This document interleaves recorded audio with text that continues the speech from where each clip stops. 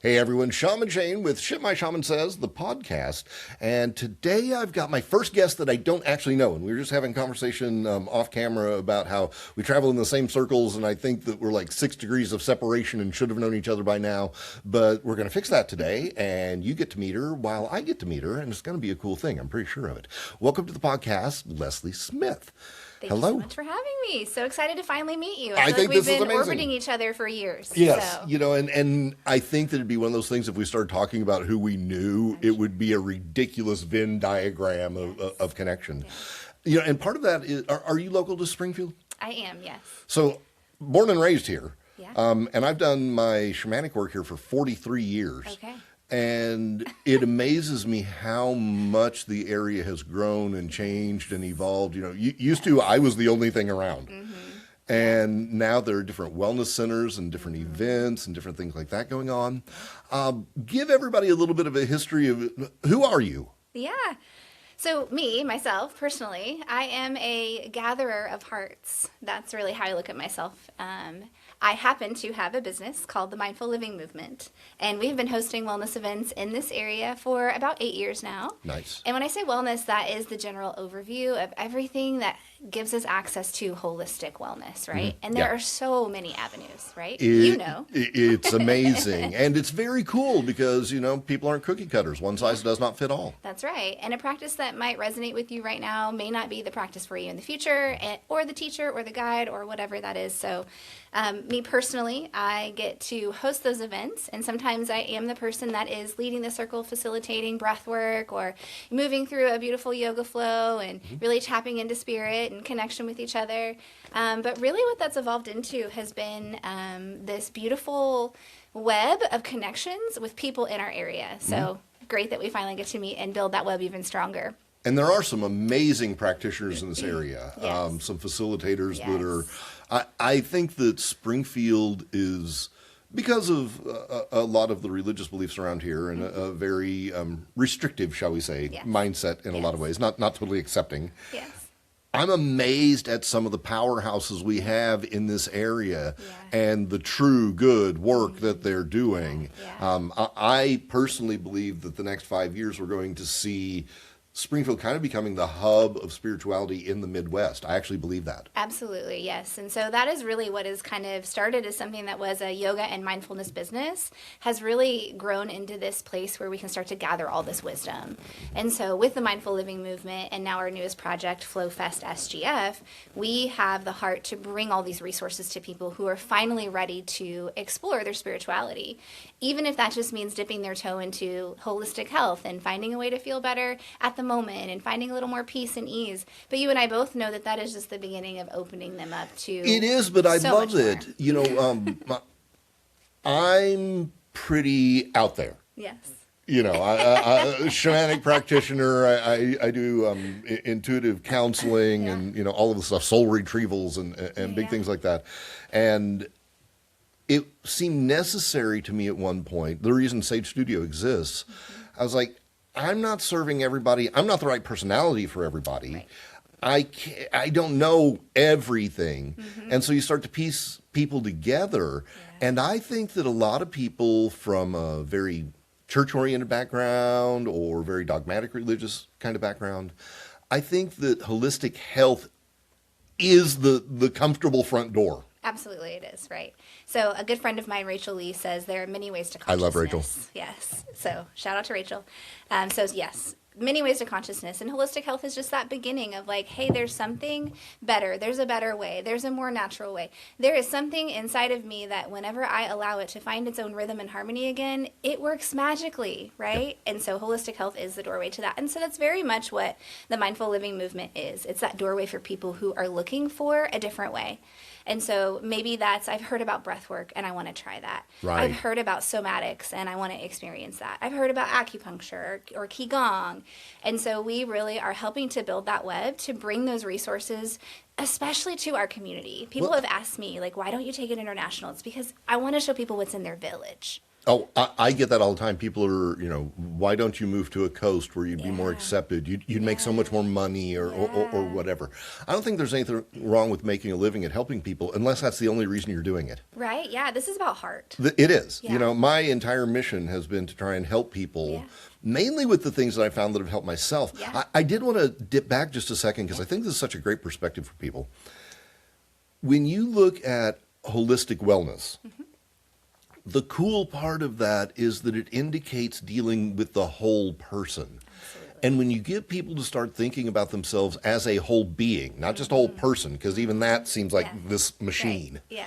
Yeah. But when we get to where we begin viewing ourselves as a whole person, treating holistically, then it does open up to, oh, I feel different when I listen to different music. Maybe there's something to sound therapy.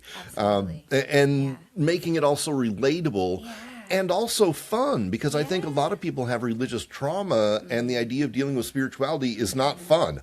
Right. I can't imagine what should make you feel better. Right. Yeah. Yeah. And I think it's the true remembrance that we're connected and that our well-being comes from not only being connected to ourselves and our own spirit, but each other. Right. Like we were talking before we got on here, one of the reasons that I put this podcast together is I want to create network. I want people to have access. Yes. If somebody knows me, and I assume you're the same mentality just from your vibe, if somebody meets me and that ends up being the connection point to somebody else that actually helps them, Yes. win. I don't Absolutely. have the ego where I have to be the person. Absolutely. I don't want to be. When I realize that I don't have to be the person and I could hand you off to someone who that is their wisdom in their heart, Right. absolutely, I'm happy to be the connector. Oh, it takes me to I'm sure you're familiar with Sadhguru. Oh, yes. I love Sadhguru.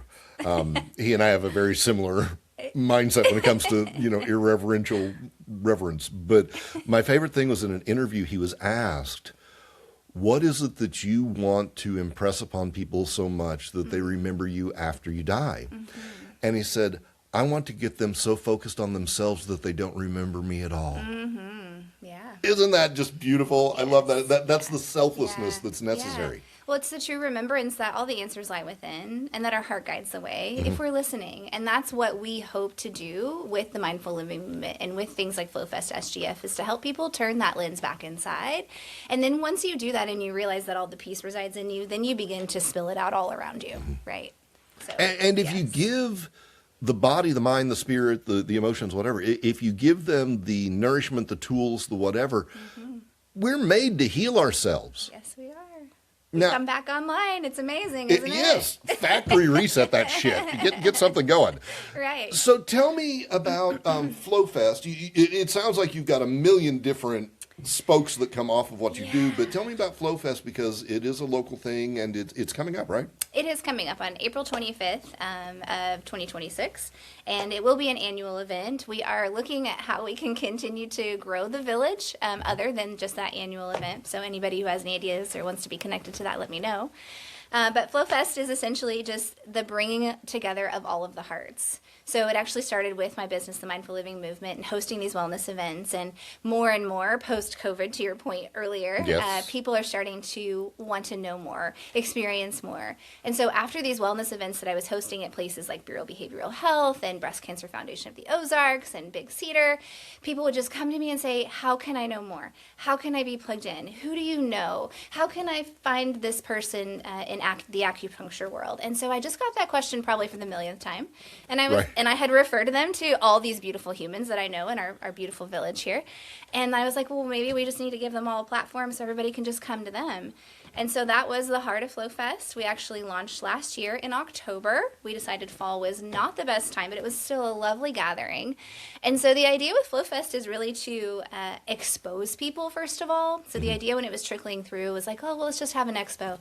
No, people want to feel it. They do. They want to be there. They want to be connected.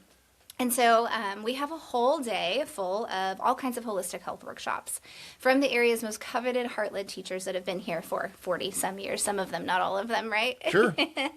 So ranging things from breath work to musical journeys to sound healing to yoga to Qigong. You can go and you can dip your toes into a 45-minute class maybe something that you wouldn't walk into a studio to do because you just don't, you're curious, but you just don't want to take that actual jump. See, I feel that so much because we have a lot that happens here at Sage Studio. Yeah. I have a energy frequency workshop coming up before too long. We just had a beautiful gong bath with 25 people, 30 people in the room. We've always got something going. We've got the Yoga Mala coming up to raise money for Harmony House. And I bring that up because getting people to step into something that feels like a commitment is a challenge. It is, yeah. And a lot of people, like right now, even yoga-wise, Yeah. and yoga's, where do you not see yoga these days? Right. It's like a threshold they're afraid to cross. Like once they cross it, something changes. It is. Like, well, it might, but you're going to be okay. Yeah, you'll be fine. Trust me. We started a 2-week for $20 thing, not from a business model, but because people, okay, I'll sign up for that. We did a yoga boot camp last year. We've done 2 of them now. And we found a lot of the feedback we got was, well, I was willing to commit for the 6 weeks. And then after they got into it, realized it is community-based here. This is a safe place. Yes. There is a lot of feel-good. Yeah. Then they're like, oh, yeah, I want to go ahead and sign up. Yeah. But allowing that comfort or to be able, even if you're hearing somebody talking about acupuncture and they really come across as they know what they're talking about, that's a comfort factor. Yeah, I think safety is the key, right? It That's is. what I'm really starting to hear in all of the different modalities and things that we're doing as humans to find our way back to consciousness. It has to be in a safe space. And It does. And I think we're feeling that, right? And so then as we're experimenting, like this is new, I've never tried breath work before, what's going to happen? We Right. want to know that we're in a container. Oh, I where remember we're when I healthy. first got into gong work. You saw the gongs on the stage. I've got some giant gongs that are amazing. And one of the first classes that I played them in, at the end of class, I'm closing up the studio, and here comes one of the students back, and she was mad as hell. She was just pissed.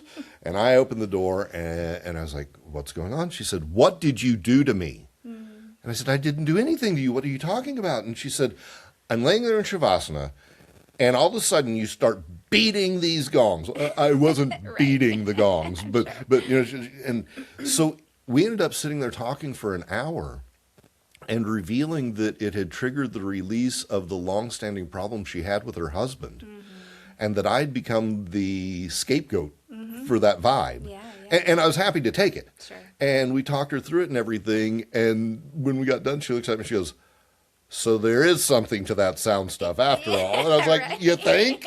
Yes, I love that. But it is back to creating the safe space, going someplace, safe environment, seeing other people, the safety in numbers factor, and then creating, I love that you keep saying heart focused.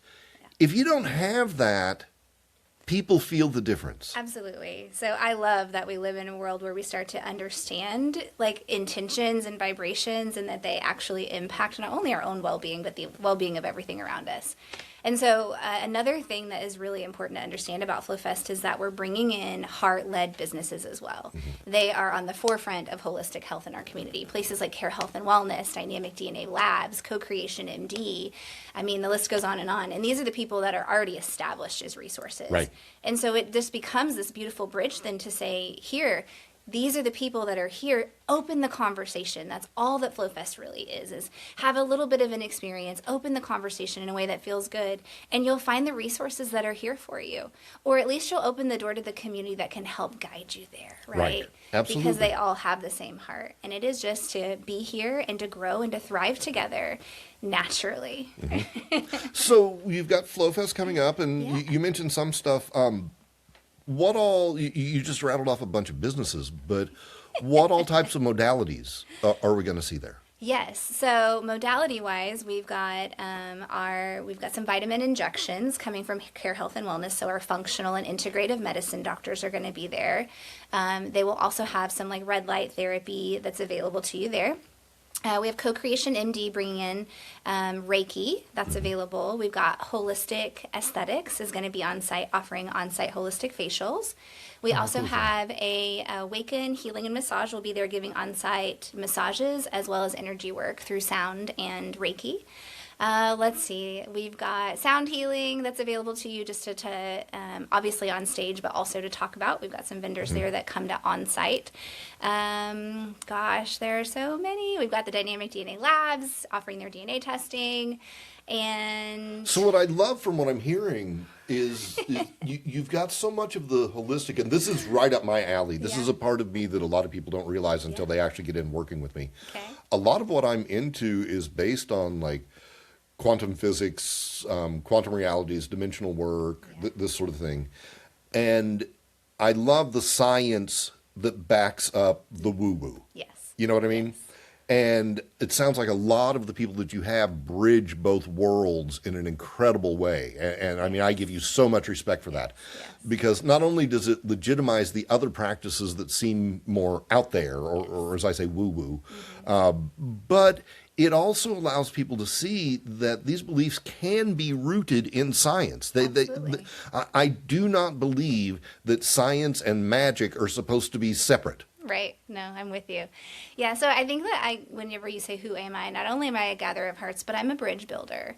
I mean, when I first started doing yoga, I wanted to know why I felt that way. Yes. Like, not only did I want to understand the spiritual aspect, but what is happening inside of me physiologically? Right. Show me that. And so now we've got so much research that helps us understand, right?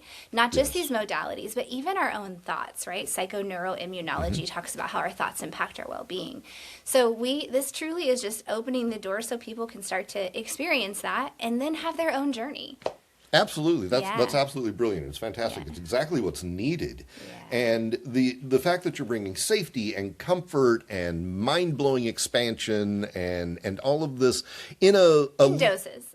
well, in a lovely packaging. Yes. You know, I think that there is such a thing as progressional growth that is needed. Absolutely, yeah. And I think there are a lot of things that can break our consciousness wide open, but I don't know that many of us are ready for that just yet, right? No, I do like a shaman training series, and I've trained yoga teachers. I'm always teaching something. You know, if you're a teacher, you teach. Right.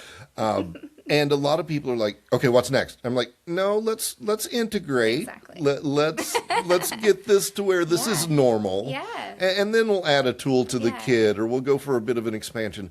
And breaking the I think highly Americanized mindset of I want everything, I want all of it. Right now. You know, can we biggie size that? Yeah. You know, can we upscale my enlightenment? Right, yeah. That's not how it works. No, you'll miss the beautiful journey of life. That's right? it. Yes, and the key is integrating, right? How are we showing up every day? We can take this information in, but then what are we doing with it? Right. And so being in community like this helps you to embody that, right? We are here to be these embodied things.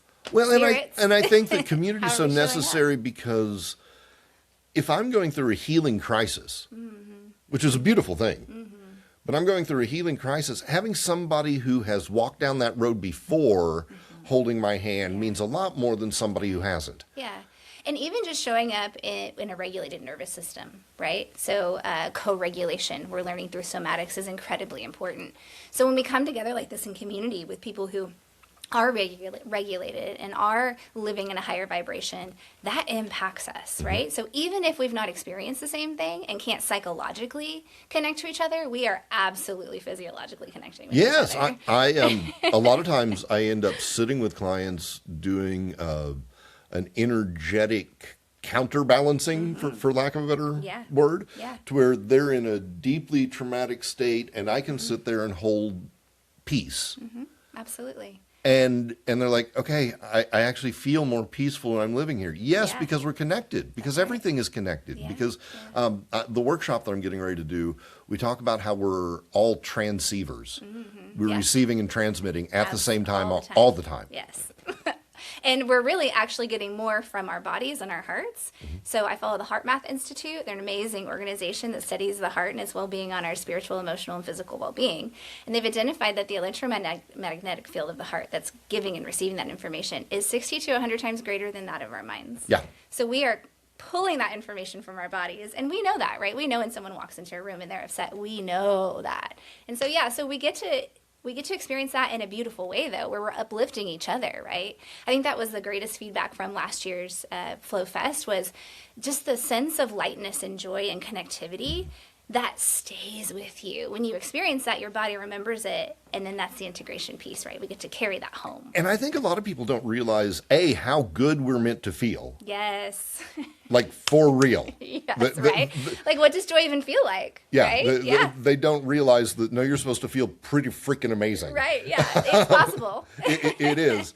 And that we have the power to shift that in so many different ways. Yeah.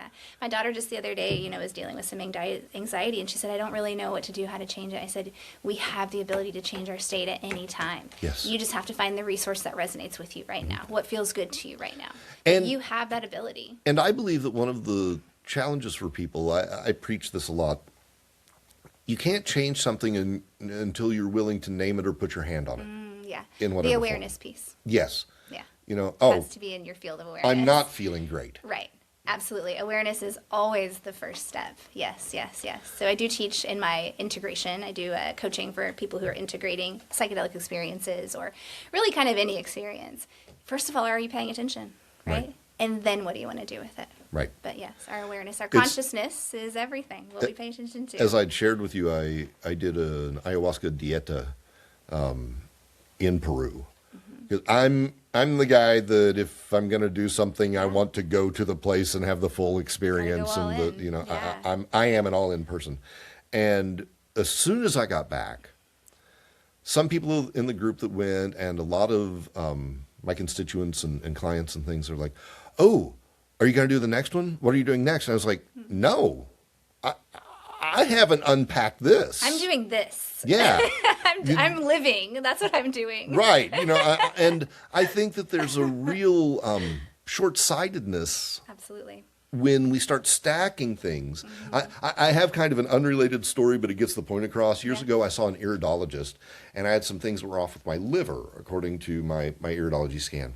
And she gave me this list of, I don't know, like 15 different supplements that she wanted me to get. And I went to Winslow's. Do you remember Winslow's health food store here in town? It had been before my time. It's not here anymore. But the older lady that owned it was amazing. Mrs. Winslow was just incredible.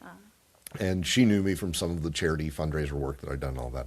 And I walked in and I said, "They say I need all of this." And she started laughing. She owned the store that sold supplements. She started laughing. She goes, "Well, honey, if you take all these at once, how are you going to know which one worked?" Yeah. She goes, "Let's start with the first one on the list. And if it doesn't give you any relief, we'll go to the second one." Yes. And that was such a lesson to me about, don't throw everything at yourself at once. Yeah. Take in what you can handle, or you're going to flip the circuit breaker. Absolutely. And that goes back to the idea of intentionality, right? Are we being intentional? And what are we trying to solve? A lot of people are going to those experiences trying to solve something. Okay, are you bringing that home, and are you integrating it to solve that, right? Because we live here.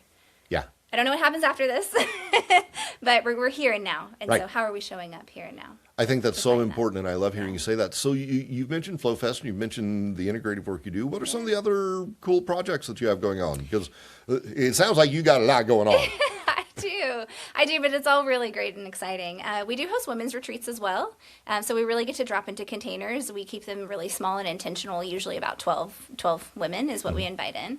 I invite in other practitioners too, just kind of depending on the feel of what's going on in the world. So our theme lately has been the rise of the divine feminine, the remembrance that in society as people as a whole that we have got to remember the softening, the nourishing, the community aspect that is required. If we think about the Eastern philosophy and the yin and the yang and how they have equal parts, right? We have lived in a world that has been so yang excessive, right? And so we are currently just kind of creating those circles to really bring back the remembrance of the yin, especially for women. I think that we've lost a lot of that, and then we get to plant that back into our community after. I love that that's one of your focuses. I have to hijack it a second because I have a whole thing about this that is so, I am so passionate about this. Yeah. And to me, it is one of the things that is missing in the dialogue. And so I agree with everything that you just said, 100%. I want to add. Okay. We have this talk about divine feminine, and then the only masculine, we throw all masculine into this lump of the evil patriarchy.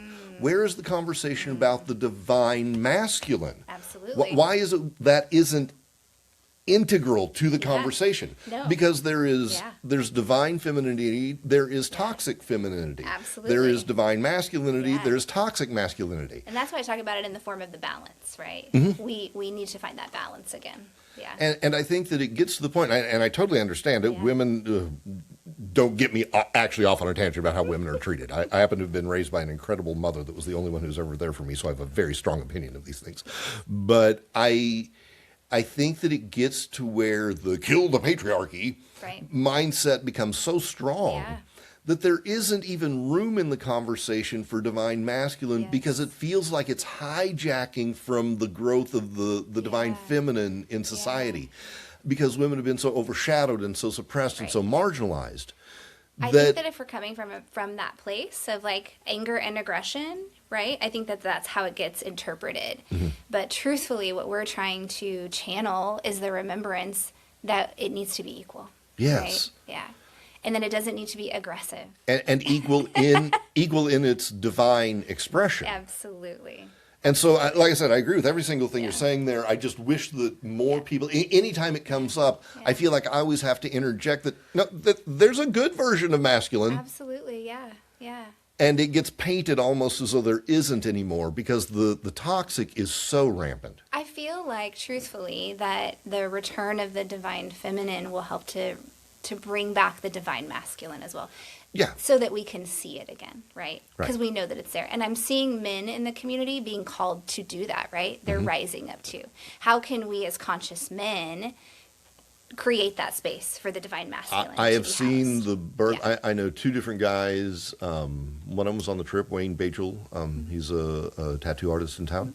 And Josh Stone, personal friend of mine, I do, Josh. that are both holding men's groups. Yes. And I think that's an incredible thing. Yes. I hate that we live in a moment where we need to segregate for people to feel safe, but I think sometimes feeding those individuals allow them to come back together in so much of a better way. Well, truthfully, women were pitted against each other for so long. Really what we're doing is we're learning to be safe with each other again. And that is what I hear over and over and over in the women's circles of, I didn't know I could be safe with other women. Right. And that breaks my heart. Yeah. Right. Yeah. So I can be vulnerable and it's not going to be weaponized against me. I'm not going to be compared to you. I'm not going to be cast aside because I don't do exactly what you do or look like you look. Yeah. And so that's really what we're trying to help contain, right? Or remember in these containers is that we are miraculous just as we are. When we show up in that manner, right, we can go back into our homes and that divine masculine comes back online, right, if it's not already there. And we create that balance not just for our homes but our community. Well, you raise your vibration in any area and it becomes, it's a rough word, but somewhat intolerant of lower vibrations. It forces you to grow or go. That's right. Yeah. And so we're shifting just a little bit in our upcoming retreats. We're focusing on what's called the heart of the home. And so I really have a heart to reach people that are kind of my age that grew up really conditioned, right? So I'm like in my mid-40s, and it took me a long time to get to this path where I felt like it was okay to let go of the ideals of other people. And I feel like there are a lot of women that kind of grew up with those ideas that they had to be a particular way, and they don't know how to find their own way back to their own heart. Aren't you sick and tired? I am. I'm going on record. I am sick and tired of this. Aren't you sick and tired of spiritual ego? Oh, well, the kind of yoga you do. Don't get me started. I do this kind of yoga. Don't get me started. I have this meditation practice. You call that a meditation practice? Or you need to do this. It's like, yes. What? I need to do I what? have no idea what I need to do. Yeah. Om Namo Gurudev Namo. My higher self knows what I need. Back off. Yes. But there is like this rampant ego thing. I even had to check myself a little bit. I don't think that I fell totally into this, but I saw where it could have destination enlightenment. Well, I went to Peru to do the thing. Yeah. Okay, you had an experience and it happened to be in that place. What are you doing with it is the only thing that matters. Absolutely, yeah. And I think to that point too, people are like, why don't you go international? Because I'm all about my village. and everyone's welcome. You don't have to be from our community to come. Right. But like, I have a heart to change where we live so that every day when I see you in the store, or I have a need, or I have a desire that I think that, you might have a connection to, like, I want to be able to have that Right. every day. Yes. Right. And I want to be able to look at you and be like, hey, I know that you're doing well. And when you're not, I'm here for you. Like, hey. I think this sounds so old school, but this is legit. And it is so off topic and the exact same topic. So I've lived in my house for 15 years. When we moved in, we met our neighbors, Brian and Mary. He's a Vietnam vet. Amazing, wonderful, wonderful people. Thank you for your service. Yes, exactly. And they love when I send a message and go, can I borrow a cup of sugar?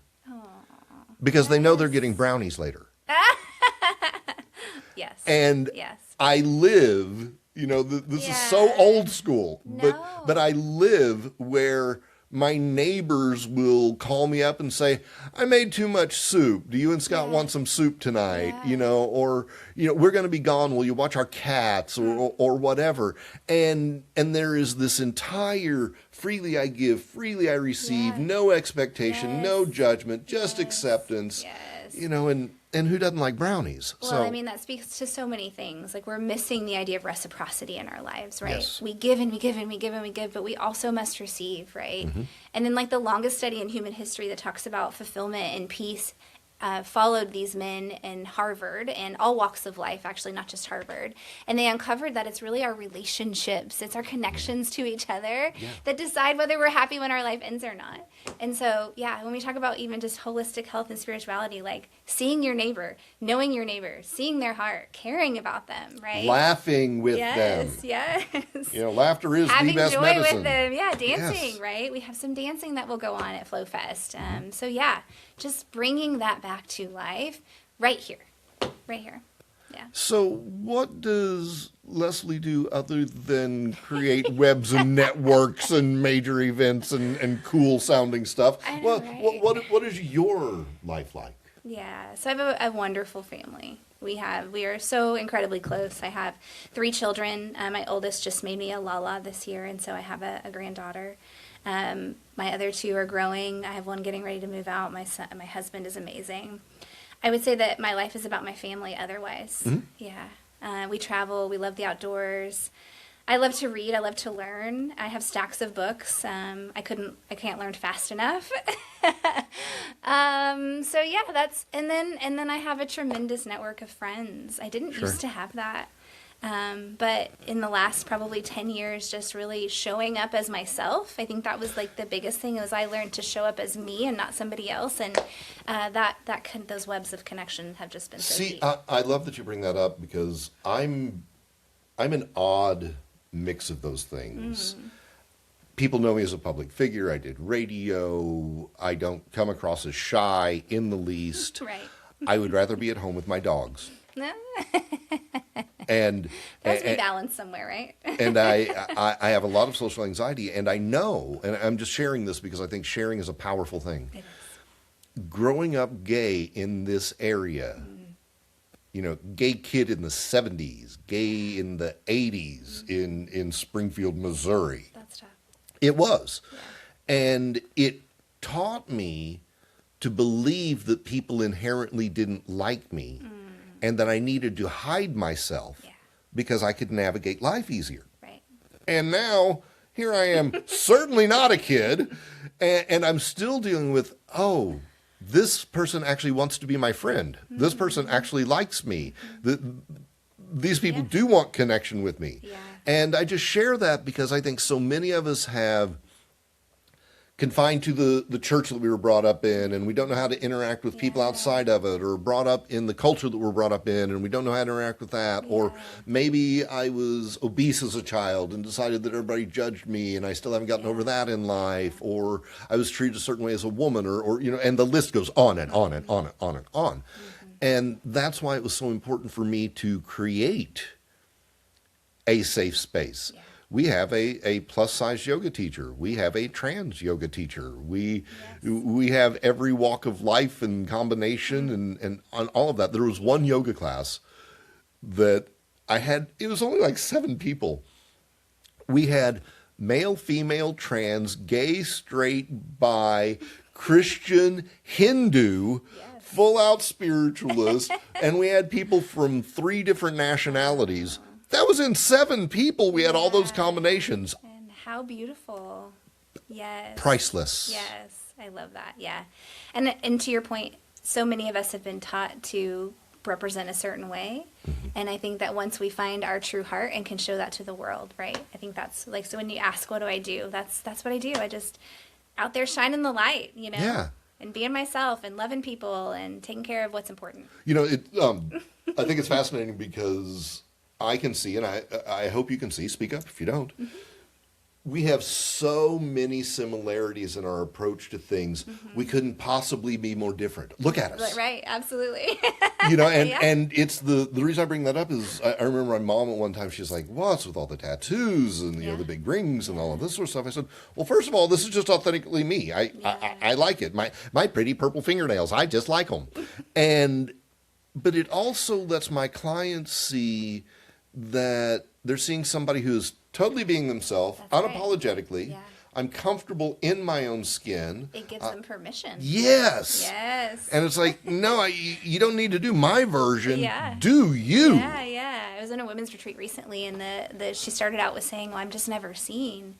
And by the end of it, she had realized that she's not showing herself. That's why she's not Right. seen. Yes. It's like, oh my gosh, you know, but we walk around with that of like, I just want to be seen and I want to be heard. But it's like, do you know yourself? Are you showing up as yourself, right? The world needs you. And to are do you that. accepting, which is what I was saying I was Yes. bad at, are you accepting when people say, I do see you? Yeah, right. Yeah. Can you receive that? Are you allowing yourself to feel that? Yeah. Is that a thing? And I think Yeah. teaching people to receive on that level begins to heal a lot. I met with Christy Claybaker. You probably know her. Yes. One of the best humans in the world. Yes. Long time friend. Yes. Beautiful soul. She is. And we were talking about the opposite of addiction being community. Yeah.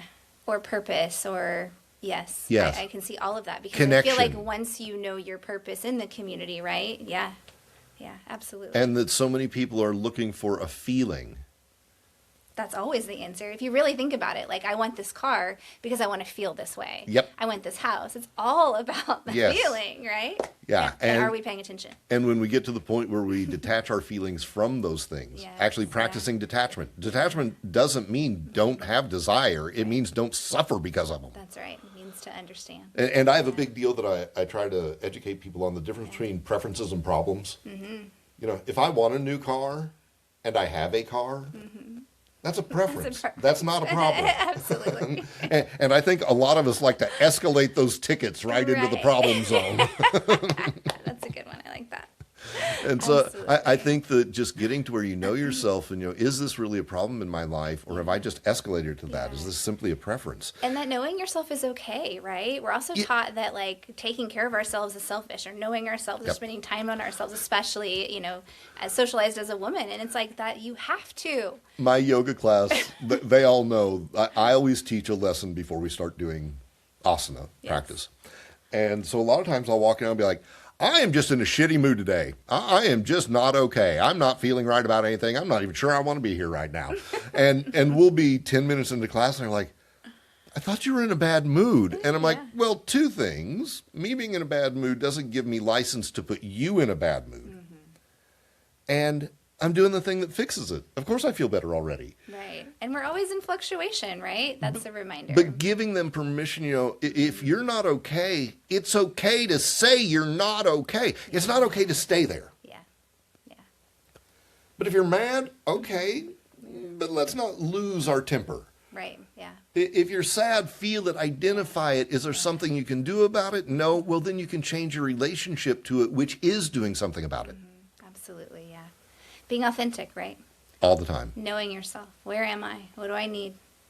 How can I change What's my the old state? saying? Warts and all. Warts and all. Warts and all. Knowing yourself fully. Warts and Yeah. all. So it all comes down to that, right? Like when we talk about holistic health, it's just being aware, Mm-hmm. being more conscious, paying attention. How do you feel? What do you need? And how can you spread more joy and love in the world? That's it.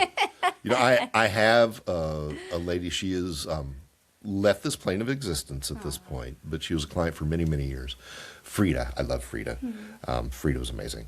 Frida's so cool because her hearing wasn't so great towards the end of her life. So Frida talked like this whenever she came to see, which was just priceless. But the last time she came to see me, she sat there and she called me and she said, I'm on Social Security. I said, Frida, just get in here. We'll talk. Yeah. And we sat down. I said, what can I help you with? And she said, I want to know what my life's purpose is. This woman was like 80 at this point. She said, I want to know what my life's purpose is. And I said, can you tell me what your normal day's like? Yeah. Just tell me what you're doing in a normal day. Yep. You won't believe this answer. Yeah. Well, I get up every morning and I bake a batch of brownies and I put them in a Ziploc bag because you don't know who you're going to run into during the day that a brownie might just fix everything. Then I go out and I make it a point to compliment 5 strangers that I don't know and to hold a door open for 5 people so I can be in service to others. Yes. Yes. And I looked at her, I was like, well, your purpose in life is to give us all the example to live up to, evidently. Absolutely. To be love. Yeah. She went on to say, I was like, so what happens when you can't get out in a day? And she goes, oh, well, I knit hats for people who are going through chemo. And was wondering what she could do to give her life meaning. Yeah, it's because society tells us we have to wear a particular title, right? Yep. And it's just about how we show up. Yep. Our purpose is about how we show up every day. Society wouldn't say that had value because it wasn't monetized. Oh, yeah. That's too bad because you're affecting everybody you cross paths with. She did. She touched everybody in this beautiful way. I just love the mindset. Evidently, I'm hungry for brownies because a lot of my stories have them. I caught the theme, yes. Yeah, it's there. A little obvious. I didn't bring any. I'm sorry. I should have brought a treat. See, we got to work on that intuition a little bit. But I just love the idea that you never know when a brownie might just fix somebody's day. So she keeps them loaded up. Yeah. And I think that people should decide what their version of that is. Absolutely. I love the giving a random stranger a compliment. Yes. And the ones I love the most are the ones that are like, why would you do that? Because that's who I am. Yeah. I've gotten to this place now that when I see a woman, I just see her beauty. And I just shine smiles at them. And sometimes people look at you in the weirdest way. But most of the time, they just smile back. It's like, I see you, girl. I see you and I honor you. And that means a lot. You can tell their posture changes, the way they're walking. You want to know one of my favorite things to do is if I hear a compliment about somebody that's not in the room, I immediately get hold of them to let them know that somebody was saying good things about them. Because so many people have praise and validation and things that they aren't within earshot to hear. And I'm always like, well, first of all, say that to them. Yeah. But secondly, I'm gonna. Because I don't want them to miss that feel good that's there. Yeah, that's just what I was going to say. The feel good. The power to change people. So my mother, about 15 years ago, went through a big cancer ordeal. She's fine. Good. She's a miracle. She figured out the energetic component of why she had cancer, and she's been 15 years with perfect blood work on a cancer that usually returns in 3 to 5 years. The doctor's like, I don't know how, but you metabolically healed yourself as though you never had it. Yes. Well, we know why. She got to the root kernel of what was going on, and and she healed in an amazing fashion. Yeah. But there's a story from when we're there. We're in the waiting room, and if you've ever been the support person for somebody going through chemo, you're in this waiting room, and then you're in that waiting room, and then you're in this waiting room, and then you finally get to the place where they hook you up and all the stuff. So when we were in the first waiting room, there was this lady, older lady, lady is me being nice, and she was just ranting. I don't know why I don't have any support through this. I don't know why nobody will come with me to my treatments. And you could tell the person that was sitting right beside her who had clearly brought her was like, can you see me? Yeah. And finally pointed out to her and said, everybody in here can hear you. And she pointed to the people behind the glass and she goes, they're in that fishbowl. They can't hear me at all. The rest of us in the room she didn't care about. Right. So we all get up, migrate to next waiting room. And somebody pipes up and goes, can you believe that woman and how negative she was and how she just bitched about this and complained about that and this just being horrible about somebody being, so much negativity about somebody being negative. My mother, fighting for her life at this point, literally, pipes up in just the softest, sweetest voice and goes, Well, I'm sure she's doing the best she can. Aww. Isn't that what we're all doing? Aww. And are we really any better if we're going to complain about her? And then shot this smile across the room that was like somebody had opened the drapes. Mm-hmm. Yeah. And then another person started smiling, and another person started smiling. And before we got to the next waiting room, everybody was laughing and carrying on and having this great time. And my mother shifted an entire room full of people when she had every right to feel bad. That's right. Yeah. And she just, what she said was one thing, but this smile that came out made it undeniable. Yeah. But I mean, that all circles back to our conversation of if you're conscious of what's going on and you're not just getting stuck in the vibration, right? It's easy to do. We all do it. We're all human. But we need to take a step back and be like, wait a minute, what's going on? Yep. What am I feeling? What's happening? How can I shift this, right? I've said all along, if you want something to be unhappy about, you don't have to look far. No. And it's if you want something to be happy about, you don't have to look far. Everywhere. Yes. Yes. It's all in what you choose to see, right? And who you choose to be. Yeah. Yeah. It's How you choose to show up. I told you the title of the podcast and my approach to things. I have a wonderful lesson that I love to give about people. We all know what it means to wear rose-colored glasses, right? Yes. To where we're Pollyanna and we only see good and good and good and good. You know, there's a worse pair of glasses, the shit-colored glasses, to where that's all you see anywhere you look. I think the goal is to get rid of all the glasses. Absolutely. To see it as it really is. Get rid of the filters. Yeah. And have the genuine, authentic experience. Yeah, absolutely. So what's next for Leslie Smith? What you seem like you're always creating. What's the next big thing? There are parts of me that think maybe I could slow down. I really want to grow FlowFest SGF into a larger multi-day festival. I even have this on my heart to make it multi-generational. I would love to see the older generation coming in and teaching the younger generation, having classes for the younger generation, teaching them something that has been lost. Mindfulness, breath work, community, right? And so as I look at how FlowFest is just taking off rampantly, we're actually probably going to sell out. We're going to not have space left. What do we do with all this need that people have, right? To be in community, to learn from each other and to grow from each other. So that is what's next.